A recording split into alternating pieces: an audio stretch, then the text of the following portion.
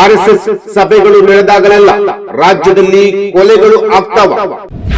RSS ಸಭೆ ಹಾಗೂ ನಾಯಕರ ನಡೆಯ ಬಗ್ಗೆ ಹರಿಪ್ರಸಾದ್ ಕೆಂಡಮಂಡಲ.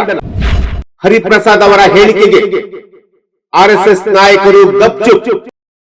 ನಮಸ್ಕಾರ ವೀಕ್ಷಕರೇ, ಸುಪ್ರೀಂ ಟಿವಿ ನ್ಯೂಸ್ಗೆ ಸ್ವಾಗತ.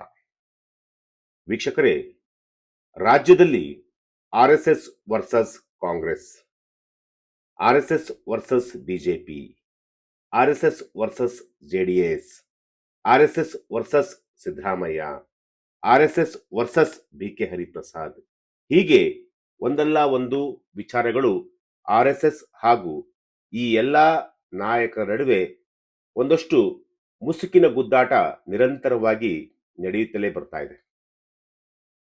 ಆರ್ಎಸ್ಎಸ್ ತನ್ನ ಪಾಡಿಗೆ ಒಂದು ಸಂಘವನ್ನ ಮಾಡಿಕೊಂಡು ಯಾರ್ಯಾರು ಆ ಸಂಘಕ್ಕೆ ಸೇರ್ಕೊಳ್ತಾರೆ, ಆ ಒಂದು ಸಂಘದ ಸಿದ್ಧಾಂತಗಳನ್ನ ನಂಬಿಕೊಂಡು ಅಥವಾ ಒಪ್ಪಿಕೊಂಡು ಯಾರ್ಯಾರು ಸೇರ್ಕೊಂತಾರೆ ಅವರೆಲ್ಲರೂ ಕೂಡ ಅವ್ರದೇ ಆದಂತಹ ಒಂದು ನೀತಿ ಪಾಠಗಳನ್ನ ಹೇಳ್ಕೊಂಡು ಬರ್ತಲೇ ಇರುವಂತಹದ್ದು.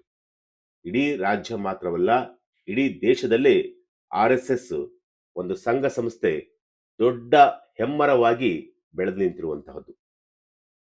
ಬಿಜೆಪಿ ಈಗಾಗಲೇ ಆರ್ಎಸ್ಎಸ್ ಸಂಘವನ್ನ, ಅಂದ್ರೆ ಆರ್ಎಸ್ಎಸ್ ಪಕ್ಷದ, ಅಂದ್ರೆ ಆರ್ಎಸ್ಎಸ್ ಏನು ಸಂಘದ ಸಿದ್ಧಾಂತವನ್ನ ಎಲ್ಲವನ್ನೂ ಕೂಡ ಒಪ್ಕೊಂಡು ಅವರು ಹೇಳಿದಂತೆಯೇ ನಡೆದುಕೊಳ್ತಾ ಇದ್ದಾರೆ. ಅಂದ್ರೆ ಆರ್ಎಸ್ಎಸ್ ಅವರು ಎಲ್ಲೂ ಕೂಡ ದೇಶವನ್ನ ಹೊಡೆಯುವಂತಹ ಒಂದು ಕೆಲಸವನ್ನ ಎಲ್ಲೂ ಕೂಡ ಮಾಡ್ತಾ ಇಲ್ಲ, ಅಥವಾ ದೇಶವನ್ನ ವಿಭಜನೆ ಮಾಡುವಂತಹ ಒಂದು ಕೆಲಸವನ್ನ ಮಾಡ್ತಾ ಇಲ್ಲ, ಅಥವಾ ದೇಶದಲ್ಲಿ ಅಥವಾ ರಾಜ್ಯದಲ್ಲಿ ಕೋಮು ಗಲಭೆಗಳನ್ನ ಸೃಷ್ಟಿ ಮಾಡಿಕೊಂಡು ಅಥವಾ ಏನಾದ್ರೂ ಅಲ್ಲಿ ಒಂದು ಗಲಭೆ ಅಥವಾ ಬೇರೆ ರೀತಿಯಾದಂತಹ ಒಂದು ಅಶಾಂತಿಯ ವಾತಾವರಣವನ್ನ ಉಂಟು ಮಾಡುವಂತ ಒಂದು ಕೆಲಸವನ್ನು ಮಾಡ್ತಾ ಇಲ್ಲ. ಆದ್ರೆ ಕಾಂಗ್ರೆಸ್ನ ನಾಯಕರು ನಾನು ಹೇಳಿದಂತಹ ಎಲ್ಲವನ್ನೂ ಕೂಡ ಮಾಡ್ತಾ ಇದೆ ಆರ್ಎಸ್ಎಸ್ ಅನ್ನೋ ಒಂದು ಅರ್ಥದಲ್ಲಿ ಇವತ್ತಿಗೂ ಕೂಡ ಆರ್ಎಸ್ಎಸ್ ಸಭೆಗಳಾಗಿರ್ಬೋದು ಅಥವಾ ಆರ್ಎಸ್ಎಸ್ ವಿಚಾರಗಳಾಗಿರ್ಬೋದು ಅಥವಾ ಆರ್ಎಸ್ಎಸ್ ಸಿದ್ಧಾಂತಗಳಾಗಿರ್ಬೋದು ಅದೆಲ್ಲವನ್ನೂ ಕೂಡ ಇವತ್ತಿಗೂ ಕೂಡ ವಿರೋಧವನ್ನ ಮಾಡ್ಕೊಂಡು ಬರ್ತಾ ಇದ್ದಾರೆ. ಬಿಕೆ ಹರಿಪ್ರಸಾದ್ ಅವರು ಕೆಪಿಸಿಸಿ ಅಧ್ಯಕ್ಷರು ಆದ ಮೇಲೆ ಅವರು ಆರ್ಎಸ್ಎಸ್ ಆಗಿರ್ಬೋದು ಅಥವಾ ಬಿಜೆಪಿ ಆಗಿರ್ಬೋದು ಅವರ ಸಿದ್ಧಾಂತಗಳನ್ನ ನೇರವಾಗಿ ಅಪೋಸ್ ಮಾಡ್ತಾರೆ. ಈ ಹಿಂದೆ ಇದ್ದಂತಹ ಕೆಪಿಸಿಸಿ ಅಧ್ಯಕ್ಷರಾಗಿರ್ಬೋದು ಅಥವಾ ಕಾಂಗ್ರೆಸ್ನ ಮುಖಂಡರಾಗಿರ್ಬೋದು ಅವರು ಆಚೆ ಈಚೆ ಸ್ವಲ್ಪ ಹೆಚ್ಚು ಕಡಿಮೆ ಆಗುತ್ತೆ ಅನ್ನೋ ಒಂದು ಅರ್ಥದಲ್ಲಿ ಬಹಳ ಅಂದ್ರೆ ಡಿಫೆನ್ಸಿವ್ ಆಗಿ ಬ್ಯಾಟ್ ಬೀಸ್ತಾ ಇದ್ರು. ಆದ್ರೆ ಹರಿಪ್ರಸಾದ್ ಹಂಗಲ್ಲ. ಹರಿಪ್ರಸಾದ್ ನೇರವಾಗಿ ಎದೆಗೆ ಗುಂಡು ಹೊಡೆಯುವಂತಹ ಒಂದು ಕೆಲಸವನ್ನ ಮಾಡ್ತಾ ಇದ್ದಾರೆ. ಅಂದ್ರೆ ಎದೆಗೆ ಹೊಡಿಬೇಕು, ಇಲ್ಲಾಂದ್ರೆ ತಲೆಗೆ ಹೊಡೆಯುವಂತಹ ಒಂದು ಕೆಲಸವನ್ನ, ಅಂದ್ರೆ ಆ ರೀತಿಯಾಗಿ, ಅಂದ್ರೆ ಗುಂಡು ಹೊಡೆಯೋದು ಅಂತಂತಂದ್ರೆ ಮಾತಿನ ಮೂಲಕ ನೇರವಾಗಿ ಆರ್ಎಸ್ಎಸ್ ಸಂಘದ ನಾಯಕರಿಗೆ ಮುಟ್ಟಿ ನೋಡಿಕೊಳ್ಳುವಂತೆ ಅವರ ಒಂದೊಂದು ಸ್ಟೇಟ್ಮೆಂಟ್ ಕೂಡ ಹರಿಪ್ರಸಾದ್ ಅವರು ಕೊಡ್ತಾ ಇದ್ದಾರೆ. ಹರಿಪ್ರಸಾದ್ ಅವರು ಆರ್ಎಸ್ಎಸ್ ಅವರು ಈಗ ಸಭೆಯನ್ನ ಮಾಡ್ತಾ ಇದ್ದಾರೆ. ಅದು ಎಲ್ಲಪ್ಪ ಅಂತಂದ್ರೆ ಬೆಳಗಾವಿಯಲ್ಲಿ ಆರ್ಎಸ್ಎಸ್ ಅವರು ಒಂದು ಸಭೆಯನ್ನ ಮಾಡ್ತಾರೆ. ಬೆಳಗಾವಿಯಲ್ಲಿ ಈಗಾಗಲೇ ಏನೆಲ್ಲ ಆಗ್ತಿದೆ ಅಂತೇಳಿ ನಿಮ್ಗೆಲ್ರಿಗೂ ಕೂಡ ಗೊತ್ತಿರುವಂತಹದ್ದೇ. ಬೆಳಗಾವಿಯಲ್ಲಿ ಈಗ ಕಂಪ್ಲೀಟ್ ಆಗಿ ಅದೊಂದು ರಾಜಕೀಯ ತಾಣವಾಗ್ತಿರುವಂತಹದ್ದು. ಈಗ ಆರ್ಎಸ್ಎಸ್ ಸಂಘದವರು ಬೆಳಗಾವಿಯಲ್ಲಿ ಒಂದು ದೊಡ್ಡ ಮಟ್ಟದಲ್ಲಿ ಸಭೆಯನ್ನ ಮಾಡಲಿಕ್ಕೆ ಹೊರಟಿದ್ದಾರೆ. ಈ ಸಭೆ ಬಗ್ಗೆ ಹರಿಪ್ರಸಾದ್ ಅವರು ಒಂದು ಸ್ಟೇಟ್ಮೆಂಟ್ ಅನ್ನ ಕೊಟ್ಟಿದ್ದಾರೆ. ಆ ಸ್ಟೇಟ್ಮೆಂಟು ನಿಜಕ್ಕೂ ಆರ್ ಎಸ್ ಎಸ್ ನ ಮುಖಂಡರುಗಳು ಮುಟ್ಟಿ ನೋಡ್ಕೊಳ್ಬೇಕು. ಆ ರೀತಿಯಾದಂತಹ ಒಂದು ಸ್ಟೇಟ್ಮೆಂಟ್ ಅನ್ನ ಕೊಟ್ಟಿದ್ದಾರೆ. ಕೆಪಿಸಿಸಿ ಕಚೇರಿಯಲ್ಲಿ ಸುದ್ದಿಗಾರರ ಜೊತೆ ಹರಿಪ್ರಸಾದ್ ಅವರು ಮಾತನಾಡುವಂತಹ ಒಂದು ಸಂದರ್ಭದಲ್ಲಿ ಆರ್ಎಸ್ಎಸ್ ಸಭೆ ಕುರಿತು ಒಂದು ಪ್ರಶ್ನೆಯನ್ನ ಕೇಳ್ತಾರೆ ಮಾಧ್ಯಮದವರು. ಸರ್, ಬೆಳಗಾವಿಯಲ್ಲಿ ಆರ್ಎಸ್ಎಸ್ ಸಂಘದವರು ಒಂದು ಸಭೆಯನ್ನ ಮಾಡ್ತಾ ಇದ್ದಾರೆ, ಆ ಸಭೆಯ ಬಗ್ಗೆ ನಿಮ್ಮ ಅಭಿಪ್ರಾಯ ಏನು ಅಂತಂತ ಒಂದು ಪ್ರಶ್ನೆಯನ್ನ ಮಾಡ್ತಾರೆ. ಆ ಪ್ರಶ್ನೆಯನ್ನ ಮಾಡಿದಂತಹ ಸಂದರ್ಭದಲ್ಲಿ ಹರಿಪ್ರಸಾದ್ ಅವರು ನೇರವಾಗಿ ಒಂದು ಮಾತನ್ನ ಹೇಳ್ತಾರೆ. ರಾಜ್ಯದಲ್ಲಿ ಇಲ್ಲಿವರೆಗೂ ಆರ್ಎಸ್ಎಸ್ ಸಭೆಗಳು ನಡೆದಾಗಲೆಲ್ಲ ಕೆಲವರ ಹತ್ಯೆಗಳಾಗಿವೆ. ನಾನು ಯಾರ್ಯಾರು ಹತ್ಯೆಗಳಾಗಿದೆ ಅದೆಲ್ಲವನ್ನೂ ಕೂಡ ನಾನು ನಿಮ್ಗೆ ಲಿಸ್ಟ್ ಅನ್ನ ಕೊಡ್ತೀನಿ ಅಂತಂತೇಳಿ ಒಂದು ಲಿಸ್ಟ್ ಅನ್ನ ಕೊಟ್ಟಿದ್ದಾರೆ. ಹಾಗಾದ್ರೆ ಆರ್ಎಸ್ಎಸ್ ಸಭೆಗಳು ಆದಂತಹ ಸಂದರ್ಭದಲ್ಲಿ ಯಾರ್ಯಾರ ಹತ್ಯೆಯಾಗಿತ್ತು? ಎಸ್, ನಾನು ಆ ವಿಚಾರಕ್ಕೆ ಬಂದುಬಿಡ್ತೀನಿ. ಬಿಜೆಪಿಯ ನಾಯಕರು, ಆರ್ಎಸ್ಎಸ್ನ ಮುಖಂಡರು ಪ್ರತಿಯೊಬ್ರು ಕೂಡ ಈ ಮಾತುಗಳನ್ನ, ಅಂದ್ರೆ ಹರಿಪ್ರಸಾದ್ ಅವರು ಹೇಳಿರುವಂತಹ ಮಾತುಗಳನ್ನ ಒಪ್ತಾರ? ಗೊತ್ತಿಲ್ಲ. ಎಸ್, ಹರಿಪ್ರಸಾದ್ ಅವರು ಒಂದು ಲಿಸ್ಟ್ ಅನ್ನ ಕೊಟ್ಟಿದ್ದಾರೆ ಯಾರ್ಯಾರು ಅಂತಂತೇಳಿ. ಮೊದಲಿಗೆ ದಾಬೋಲ್ಕರ್ ಪನ್ಸಾರೆ ಇವರ ಹತ್ಯೆ ಆಗಿದೆ ಆರ್ಎಸ್ಎಸ್ ಸಭೆ ಆದ್ಮೇಲೆ. ಅದಾದ ನಂತರ ಎಂ ಕಲಬುರ್ಗಿ ಅವರ ಹತ್ಯೆ ಕೂಡ ಆಗಿದೆ ಆರ್ಎಸ್ಎಸ್ ಸಭೆ ಆದ್ಮೇಲೆ. ಇನ್ನು ಗೌರಿ ಲಂಕೇಶ್ ಅವರ ಹತ್ಯೆ ಕೂಡ ಆಗಿತ್ತು.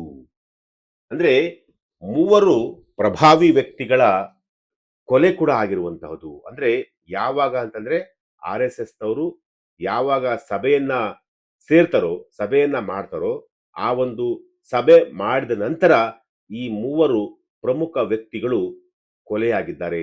ಅದರಲ್ಲಿ ಪ್ರಮುಖವಾಗಿ ದಾಬೋಲ್ಕರ್ ಪನ್ಸಾರೆ, ಕಲಬುರ್ಗಿ, ಗೌರಿ ಲಂಕೇಶ್ ಇವರೆಲ್ಲರೂ ಕೂಡ ಹತ್ಯೆಯಾಗಿರುವಂತಹದ್ದು ಆರ್ಎಸ್ಎಸ್ ಸಭೆ ನಡೆಸಿದ ನಂತರ ಅಂತಂತೇಳಿ ಬಿ.ಕೆ. ಹರಿಪ್ರಸಾದ್ ಅವರು ಒಂದು ಸ್ಟೇಟ್ಮೆಂಟ್ ಅನ್ನ ಕೊಟ್ಟಿದ್ದಾರೆ. ಈ ಸ್ಟೇಟ್ಮೆಂಟ್ ನಿಜಕ್ಕೂ ಆರ್ಎಸ್ಎಸ್ ನ ನಾಯಕರು ಮುಟ್ಟಿ ನೋಡ್ಕೊಳ್ಬೇಕು.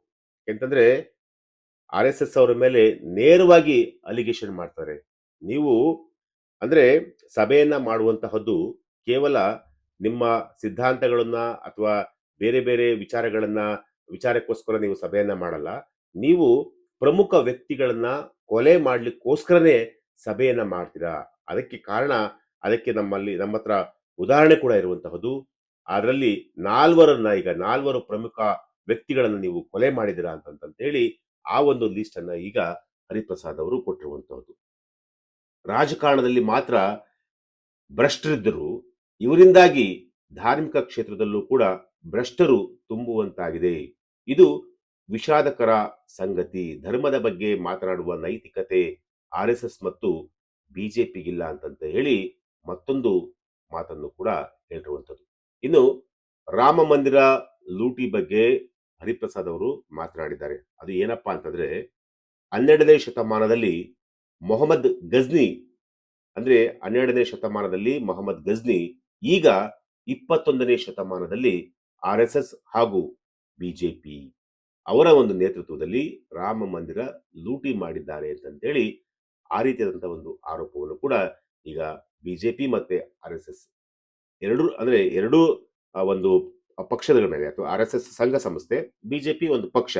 ಸೊ ಆ ಎರಡೂ ವಿಚಾರಗಳ ಬಗ್ಗೆ, ಆ ಇಬ್ಬರ ಬಗ್ಗೆ, ಅಂದ್ರೆ ಆರ್ಎಸ್ಎಸ್ ಮತ್ತೆ ಬಿಜೆಪಿ ಎರಡು ಅವರ ಬಗ್ಗೆ ಈಗ ಈ ರೀತಿಯಾದಂತಹ ಒಂದು ಸ್ಟೇಟ್ಮೆಂಟ್ ಅನ್ನ ಕೊಟ್ಟಿರುವಂತದ್ದು. ಅಂದ್ರೆ ಇಲ್ಲಿ ಏನಪ್ಪಾ ಅಂತಂದ್ರೆ ಆರ್ಎಸ್ಎಸ್ ನ ಅವರು ನೇರವಾಗಿ ಆರ್ಎಸ್ಎಸ್ ವಿರುದ್ಧ ನೇರವಾಗಿ ವಾಗ್ದಾಳಿಯನ್ನ ಮಾಡ್ತಾ ಇದ್ದಾರೆ. ಒಂದು ಎರಡನೇದನ್ನು ಅಂತಂದ್ರೆ ಅವರು ಅಂಕಿ ಅಂಶವನ್ನ ಇಟ್ಕೊಂಡು ಮಾತನಾಡ್ತಿದ್ದಾರೆ.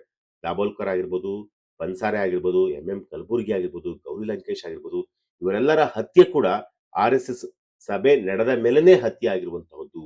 ಜೊತೆಗೆ ರಾಮ ಮಂದಿರ ಲೂಟಿ ಆಗಿರೋದು ಕೂಡ ಆರ್ಎಸ್ಎಸ್ ಹಾಗೂ ಬಿಜೆಪಿ ಅವರ ನೇತೃತ್ವದಲ್ಲೇ ರಾಮ ಮಂದಿರ ಲೂಟಿ ಆಗಿದೆ ಅನ್ನೋ ಒಂದು ಅರ್ಥದಲ್ಲಿ ಬಿ.ಕೆ. ಹರಿಪ್ರಸಾದ್ ಅವರು ಈಗ ಹೇಳಿಕೆಯನ್ನು ಕೊಟ್ಟಿದ್ದಾರೆ. ಇವರ ಒಂದು ಹೇಳಿಕೆಯನ್ನ ಆರ್ಎಸ್ಎಸ್ ನ ನಾಯಕರುಗಳು ಯಾವ ರೀತಿಯಾಗಿ ಸ್ವೀಕಾರ ಮಾಡ್ತಾರೆ, ಇದಕ್ಕೆ ಯಾವ ರೀತಿಯಾಗಿ ಉತ್ತರವನ್ನ ಕೊಡ್ತಾರೆ? ಯಾಕೆಂದ್ರೆ ಬಿ.ಕೆ. ಹರಿಪ್ರಸಾದ್ ಅವರು ಏನೇ ಮಾತನಾಡಿದ್ರು ಕೂಡ ಅವರು ಅಂಕಿ ಅಂಶಗಳನ್ನ ಇಟ್ಕೊಂಡೇ ಮಾತನಾಡ್ತಾರೆ. ಸುಖ ಸುಮ್ಮನೆ ಏನೋ ಒಂದು ಗಾಳಿಯಲ್ಲಿ ಗುಂಡು ಹೊಡೆಯುವಂತಹ ಒಂದು ಕೆಲಸವನ್ನ ಅವರು ಕೂಡ ಮಾಡಲ್ಲ. ಆದ್ರೆ ಆರ್ಎಸ್ಎಸ್ ನವರು ಕೂಡ ಅಥವಾ ಬಿಜೆಪಿಯವರು ಕೂಡ ಎಲ್ಲಾ ವಿಚಾರಗಳನ್ನ ಒಪ್ಕೊಳ್ಳೇಬೇಕು ಅಂತೇನಿಲ್ಲ.